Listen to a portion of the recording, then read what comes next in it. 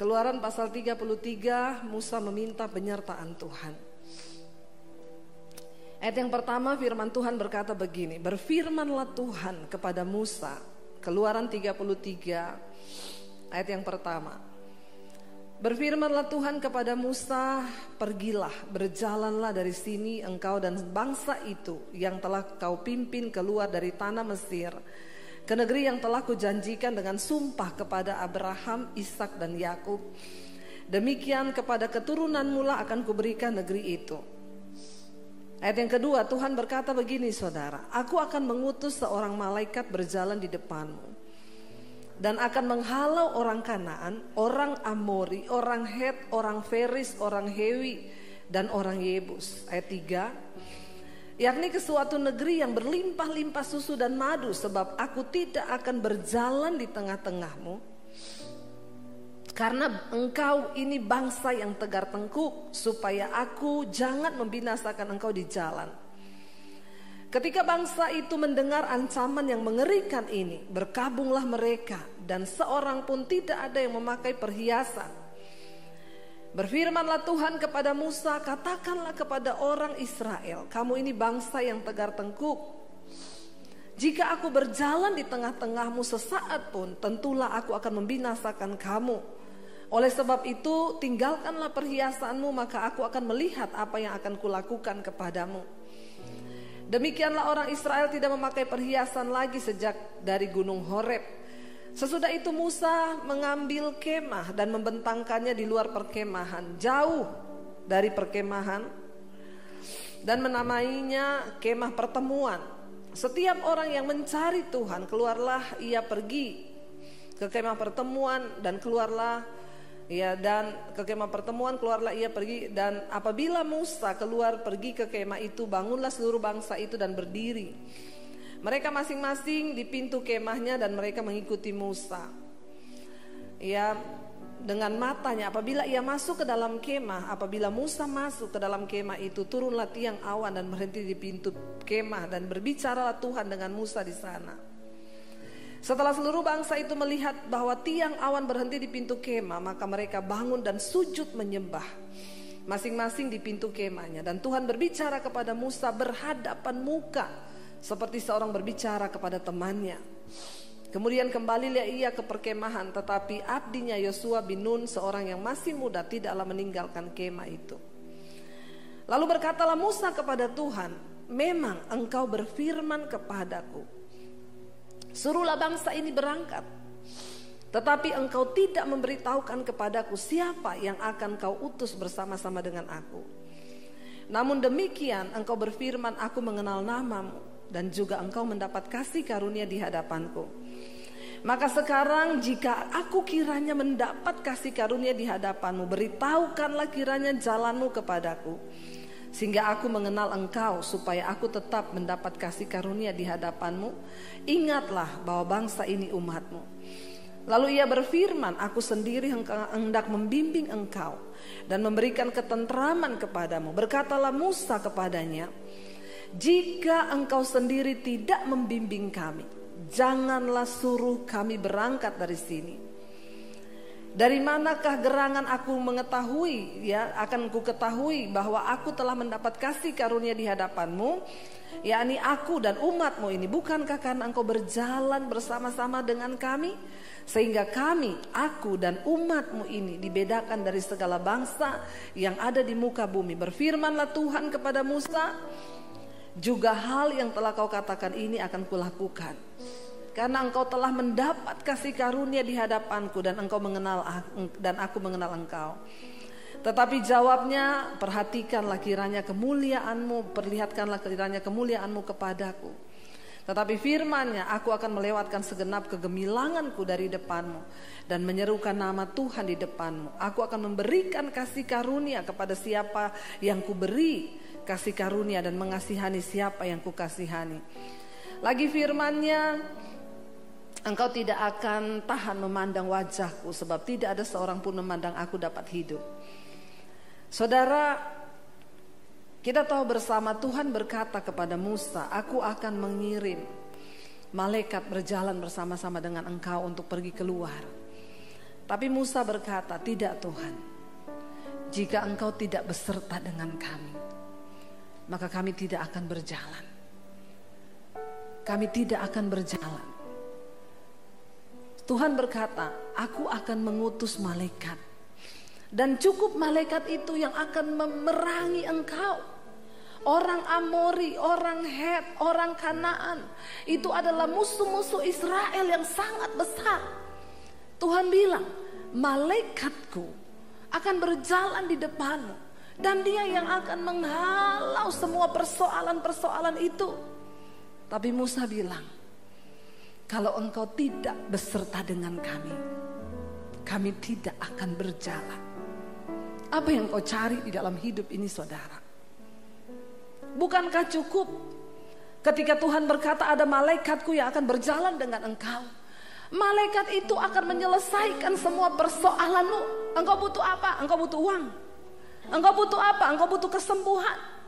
Apa yang engkau cari sebagai orang Kristen selama ini? Apakah kita datang kepada Tuhan untuk sebuah kesembuhan?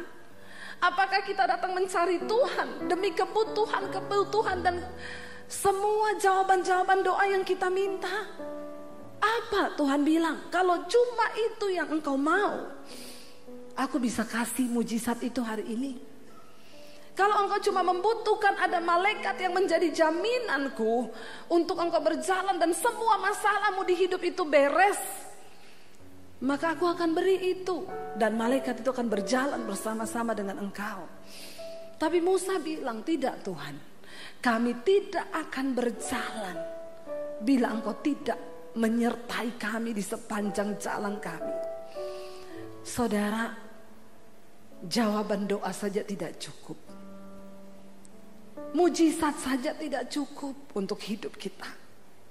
Apa yang kita butuhkan lebih dari mujizat? Apa yang kita butuhkan dalam hidup ini lebih daripada penyelesaian keuangan kita? Apa yang kita lebih butuhkan dalam hidup ini? Kita butuh penyertaan Tuhan. Biar kita malam ini semua berkata, Tuhan, kami menginginkan Engkau lebih dari jawaban-jawaban doa. Biar kita mau bilang, Tuhan, kami butuh Engkau lebih dari mujizat yang bisa Engkau kerjakan. Biar kita mau berkata malam ini, aku butuh pribadi-Mu Tuhan, lebih daripada aku menginginkan suamiku dijamah. Aku lebih menginginkan pribadi-Mu yang menyertai. Saudara, kenapa? Karena Musa tahu bahwa penyertaan Tuhan itu adalah segala-galanya.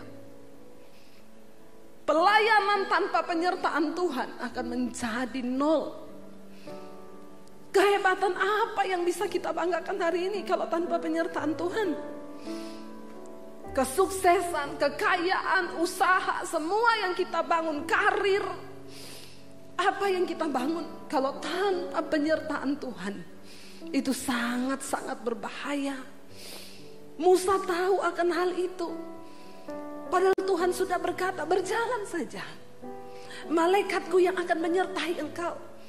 Tenang, semua masalahmu beres, semua persoalanmu beres, semua masalah di depan orang Kanaan, orang Het, orang Heris itu akan dilawan oleh malaikatku yang ada bersama dengan engkau. Tapi Musa bilang, itu tidak cukup Tuhan. Aku menginginkan pribadi-Mu lebih dari segala-galanya. Amin, saudara. Karena tidak semua hal bisa kita dapatkan dengan uang yang kita miliki, saudara.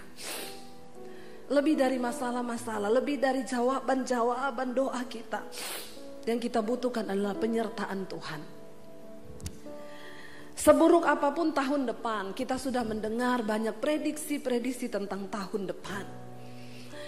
Ya, semua sudah mengarah, saudara, bahwa tahun depan akan terjadi krisis, akan terjadi banyak hal. Hari ini engkau tidak usah khawatir, engkau tidak usah takut, engkau tidak usah mulai berpikir, bagaimana Tuhan, aku harus mempersenjatai diriku, aku harus menabung uang, aku harus tambah deposit, aku harus beli emas. No. Mulai hari ini berkata Tuhan, sertai aku. Sertai aku Tuhan.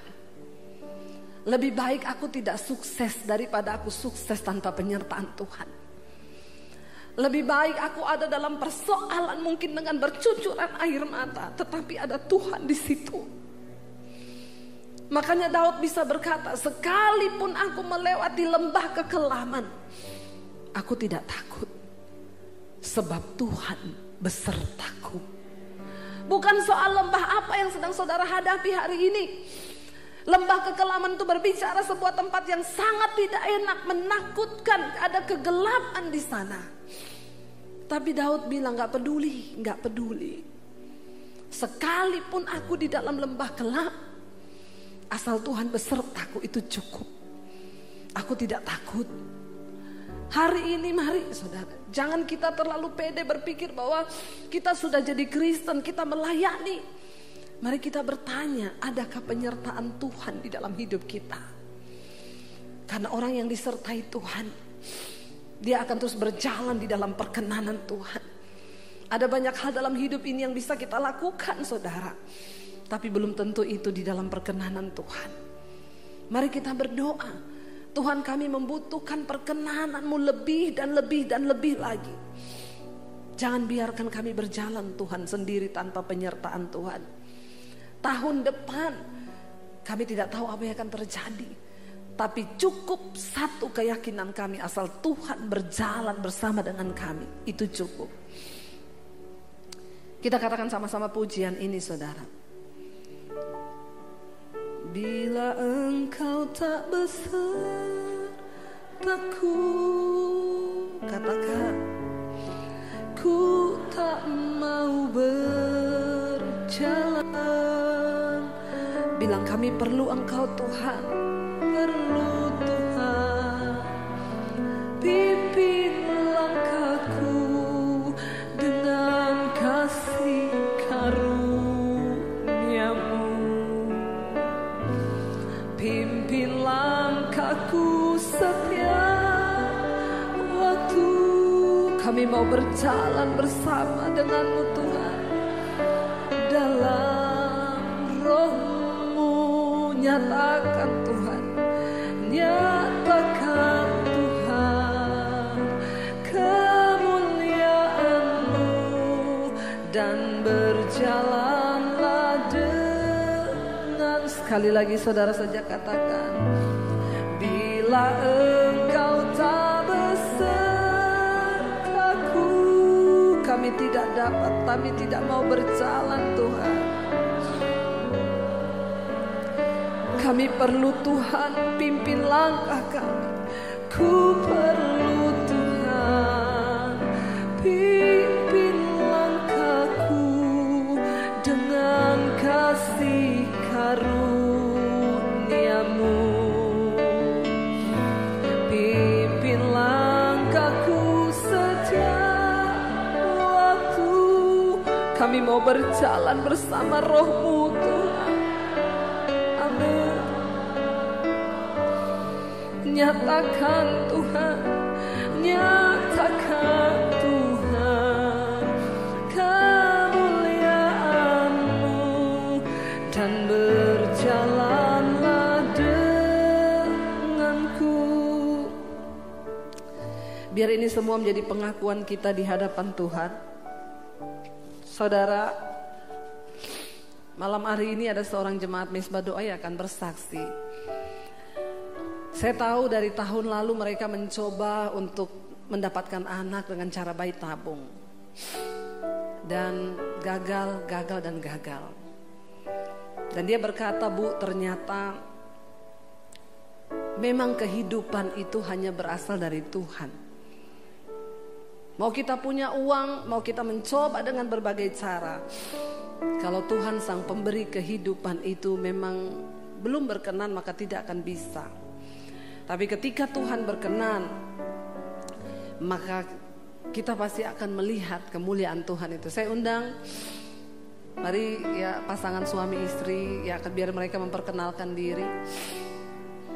Tepuk tangan buat Tuhan Yesus.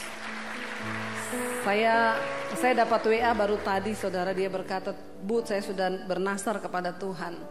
Saya mau bersaksi ya, dan Tuhan menjawab. Bisa pinjam mic-nya tadi? Iya, ayo sini. Ya, itu. Iya, bisa perkenalkan diri. Shalom Bapak, Ibu, Saudara-saudara. Sebenarnya saya nih gugup ya, karena baru pertama kali saya menceritakan keajaiban Tuhan. Pertama kali dapat misbah doa itu kapan? Pertama kali saya tahun 2020 Bu. 2020 ya. Dari kakak ipar saya Bu. Oh. Saya akhirnya mengikuti misbah doa, semakin diberkati ya Bu ya. Amin. Pernikahan kami memang gak sebentar ya Bapak Ibu, 8 tahun lebih, hampir 9 tahun ya Bu, pernikahan kami. Kami mencoba bayi tabung IVF pertama, itu gagal. Saya bilang sama Tuhan, Tuhan kenapa gagal? Awalnya saya kecewa sama Tuhan, tapi ternyata saya introspeksi diri bahwa saya ini sombong. Saya mengandalkan kekuatan saya bahwa bayi tabung itu 100% berhasil. Tapi di sini Tuhan buktikan bahwa 100% bayi tabung itu nggak akan berhasil tanpa penyertaan Tuhan. Akhirnya kami mulai iblis selalu mengintimidasi saya. Di mana Tuhanmu? Kamu berdoa, kamu menyembah Tuhan, nggak ada mujizat yang terjadi dalam hidupmu. Kamu nggak akan diberikan anak. Saudara-saudara saya bilang, kamu pinjam aja rahim saya. Saya bilang sama saudara saya, Tuhan saya sanggup. Tuhan saya yang menciptakan rahim saya. Tuhan yang akan membuat keberhasilan bayi tabung saya menjadi berhasil. Dan saat ini Tuhan buktikan. Melalui proses itu Tuhan buktikan.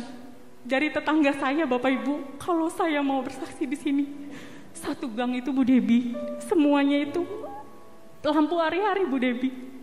Cuma rumah saya doang yang tidak ada lampu hari-harinya, karena tetangga saya itu semuanya hamil dan melahirkan Bu Debi.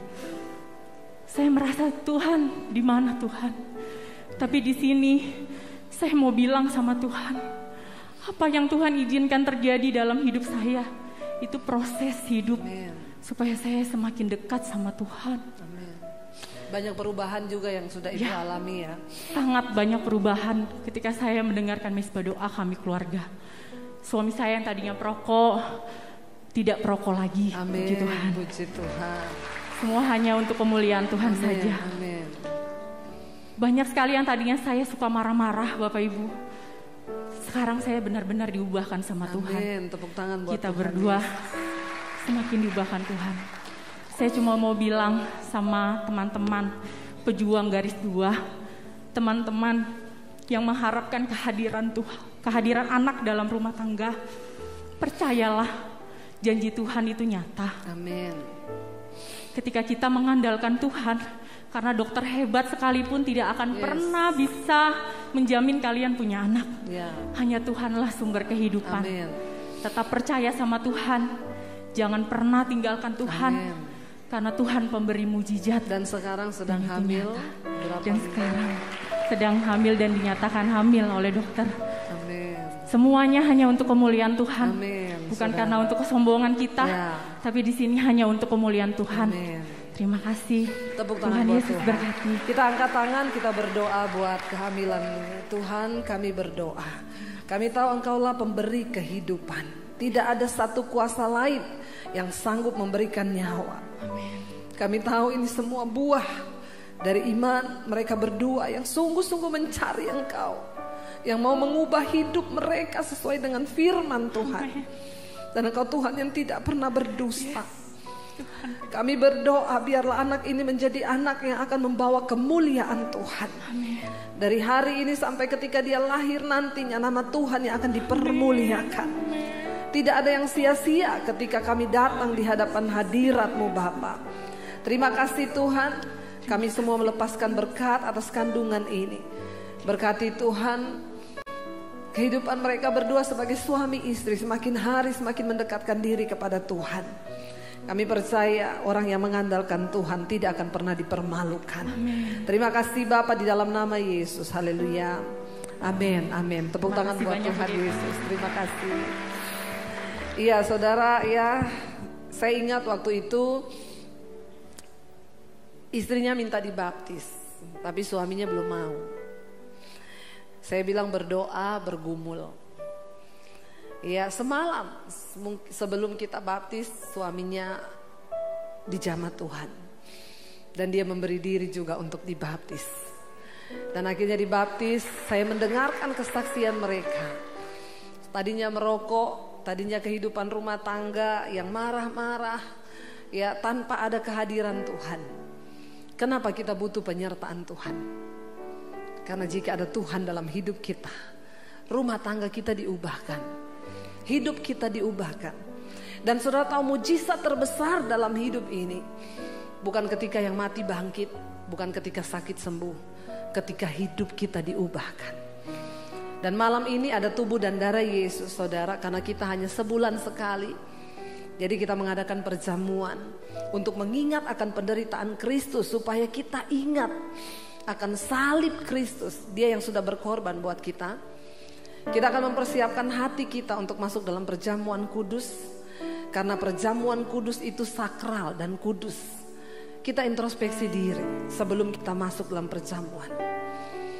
Biar kita hari ini bertanya kepada diri kita, Tuhan kalau ada sesuatu yang tidak beres, kami mau bereskan.